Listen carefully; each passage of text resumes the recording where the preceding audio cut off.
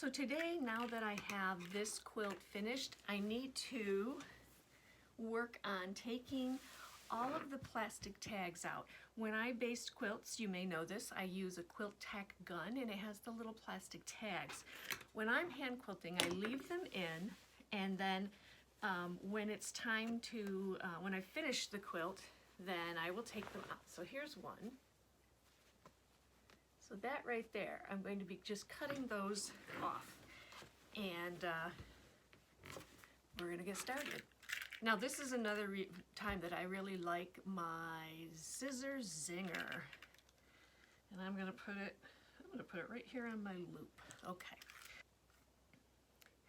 Because I do work in with quilters, and I do quilt shows, and I do quilt retreats, I meet a lot of quilters over the years. It's one of the best things about quilting is that there truly is a community that you can gather around you. As soon as you hear somebody quilts, you immediately have a friendship with them, at least something to talk about and something in common. One of the things that I found that was very interesting, I had a lady once who came to the quilt retreat, and she, whenever we're at the quilt retreat, we're showing pictures of things, quilts we've done, and I was looking at one of hers, and there were several of us, and then we flipped to another picture, and it was the strangest thing I've ever seen. It was a chicken. She raises chickens. It was a chicken with a quilted jacket on, and I had no idea what this was about.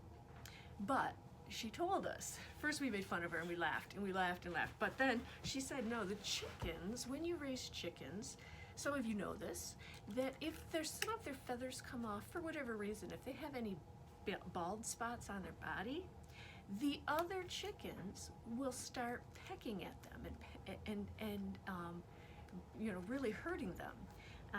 It has something to do with their biological makeup, I guess, that if somebody has some of their feathers missing, maybe that's a weak chicken. I don't really know why they do it, but they do it. And so she said, I make these jackets because I had a chicken who the rest of them were picking at. And so she, as you do, you think as a quilter, you think, well, I can make a chicken jacket easy enough. And she did.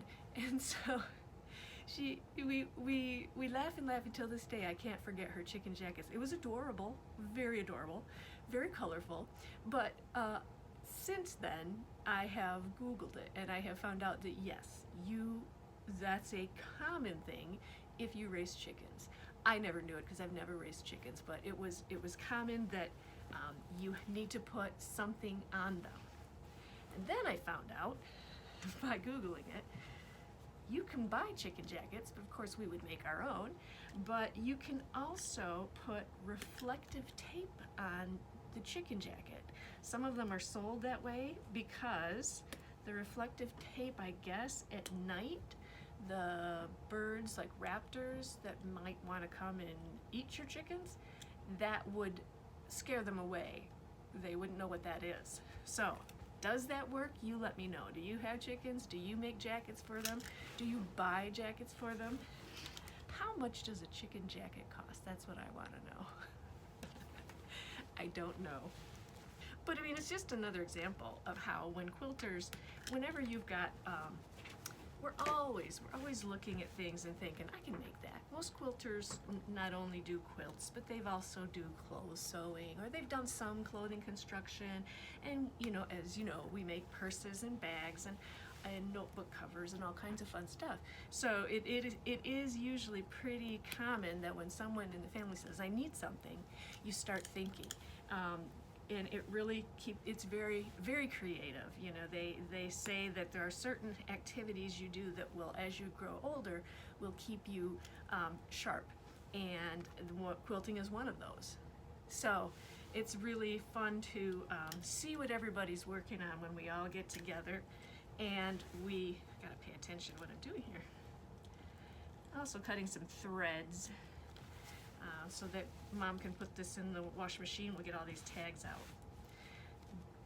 But it is super fun. If you've never been to a retreat, you really got to try one, because it becomes a place where you get to see what everybody's working on.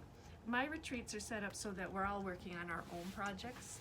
I like those the best because there's no pressure for anyone as far as learning a new skill. It's usually time very well spent for the quilters. They look forward to that time when they'll have 4 solid days that no one's going to stop them from sewing. And so you know, and I know, you can get so much done when nobody's interrupting you for anything, anything at all. So we often structure our days around the people we live with, as you do, and that means that some of your time is used for things they need. But when you're at quilt retreats, it's all for you. So, and it's fun to go around and look and see what everybody's working on. Never be shy about asking a quilter, can I see, do you have a picture of one of your quilts? Everybody does.